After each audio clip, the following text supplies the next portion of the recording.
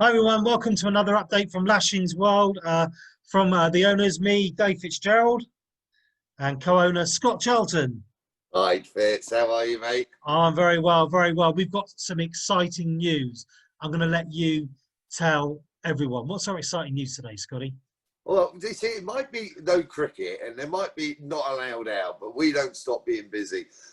We've been harbouring this idea for a while between us. I was over in Barbados. I took a tour party over there to a test match 6 years ago and happened to chance upon Legends Bar and the museum next to it. And it sort of dawned on me that we have got such a history ourselves. A part of it I've been involved in, but even back before then, legendary days. And now we've got ownership, it really does feel like the right time to start acknowledging the early days and the great characters that we've been lucky enough to be exposed to call our friends, and have given way and above being just superstars that have just turned out for us over the years. So yeah, exciting days, really just going back and tipping the hat to some of the stars of yesteryear. So we are launching, as of today, the Lashings Hall of Fame. We've had an opportunity this year, obviously, like you say, we've not been able to get out, play cricket, run our cricket tour, but we've had the opportunity to talk to a lot of the players online, a lot of our other colleagues within Lashings, and it's been a chance to kind of really look back and reflect on years gone by. And you've been involved in the club for, I think, about 18 years now, and you must have so many memories in Lashings. Oh, just incredible. So that, you know, from Sachin Tendulkar in a rain-affected dressing room playing games way and beyond anyone else we had in the dressing room, to mixing with some of the biggest names in the game. Yeah, it's been terrific. We tried to work it out, actually, exactly how many people will have come and seen Lashings during like the 18 years. We lost count. We just lost count. It was absolutely incredible. And I think that's a part of the magic. Most of the magic days were on a little, I remember taking a team down to the moat. Folby took a team down to the moat, and there was no one there, man and a dog. And yet you go through the lineup today and you just think, how did that ever happen? And there was no one there. There was literally no one there. Well, it's weird because, I mean, we've talked about it before, like in just the recent seasons. And if you sort of look at how many people we have lunching in a marquee lunch prior to a match, and then spectators around the ground, we worked out it's probably about 20,000 people a season that would sort of touch upon Lashings in They a would summer, dine which with is us, yeah. that would either dine with us or watch the game. So It's just an incredible amount of people. And of course, I think this is the other attraction for me, as much as anything else, as I realised really early on, and by realised, I was told that it was the only place you could get a drink on a Sunday afternoon. Such were the licensing restrictions of the day. So summers were spent in canvas bars where they were playing cricket, but it wasn't my primary reason for going, if I'm honest, as a young man.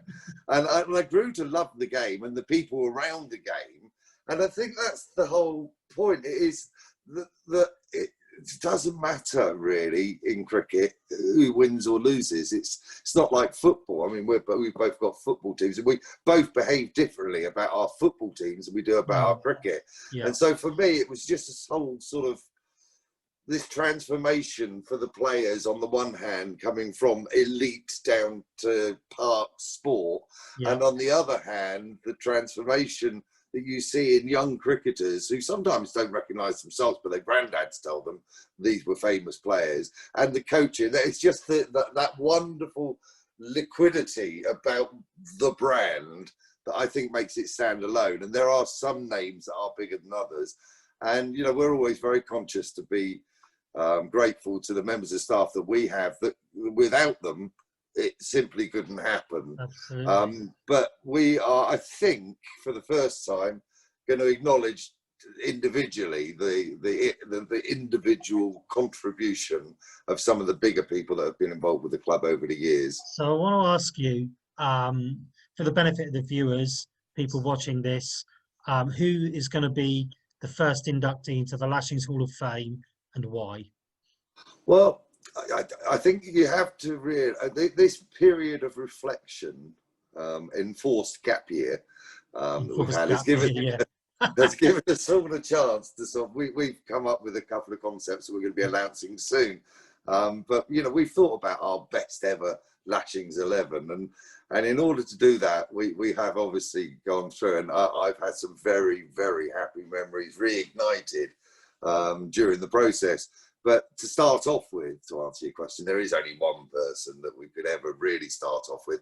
And needless to say, that person is retired from cricket, still heavily involved with cricket. And he is as hard to get hold of now as he was in his playing days, but always a joy to talk to. And I think an awful lot of talisman for the club and what it stands for. So Richie Richardson's going to be our first. An inductee, yes. He's Couldn't the be first. anyone else to be first, really, could it? Well, we couldn't. I mean, we've planned it moving forwards, and of course there is a whole host of players that have got really, really good cases. But we felt started off with Richie, and we finally managed to get a hold of him for long enough, either between officiating cricket somewhere around the world or playing golf. I know. Well, we have managed to get hold of him, and we will talk a bit about it a bit later in terms of how we're going to honour Richie with the online event and everything. But moving forward into 2021, hopefully we can all get together, not just at cricket matches, but elsewhere at events. And with other inductees in mind, how would you like to sort of move forward with the Hall of Fame concept? Well, I mean, I think we've got to do what we've got to do. And what's most important to us is that we keep, you know, our people safe, our fans safe, you know, cricket fans generally safe. So to even think about going back to normal at the moment is we can only play the hand we're dealt. So this is going to be online. That having been said, you know, we are going to go back to normal one day. It might take a while, but we are going to go back to normal. And when we do, and when Richie's over here, we will have that same celebration live in front of an audience, probably in London. And so that, you know, we will go back to that. In the meantime, we've scheduled 2 others, both of which are incredible supporters of our cause, one way or the other, and we'll be announcing those quite soon. In fact, I suppose we can do it now potentially, could we? Well, I don't know. I mean, we could mention some names. So we've got the likes of Gordon Greenwich and Henry Blofeld. You've looking at Kirtley and Courtney. Moving forward, look at the former England players as well. There've been Lashing stalwarts, the likes of John Embury, the likes of Devon Malcolm. So they're the kind of names that we're looking at, and hopefully we can encompass inducting them into the Hall of Fame through some live events, maybe some nice lunches or dinners, anything that involves food. Sounds great to me. Food and drink and meeting up all sounds pretty perfect to me. So to bring people up to speed, we're going to have a Lashings Christmas party online via Zoom. We're going to have our sponsors there. We're going to be having tickets available on Eventbrite. It's going to be on Tuesday, December the 15th at 7 p.m. We're going to have the interview on there with Richie Richardson, inducting him into the Hall of Fame. Alongside that, we've got our good friend Danny Posthill, comedy impressionist. We'll be having a chat with him. I'm sure he'll be rolling out a few of his impressions. He was finalist in Britain's Got Talent in 2015. And we're also going to have a little bit of a Christmas raffle.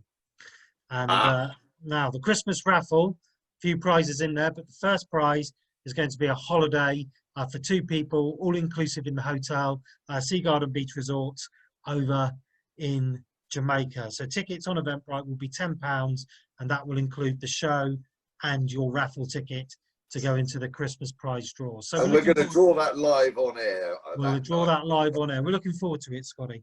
We really are, yeah. We've got all sorts of surprises. in mind, and yeah, we're looking forward to it. We are looking forward to it, and I think that's the important message. I think we've got to a point now, Fitz. Where are we now? As we speak, we're a week, just a week into the second lockdown. Yeah, it's tough. Yeah, it's but it's going to get back to normal. It is going to get back to normal, and when it does, we've got a season full to look forward to. And we are really excited to get out and in amongst it again. And I've got a sneaking feeling that by then everyone's going to be excited to see us as well. I couldn't agree more.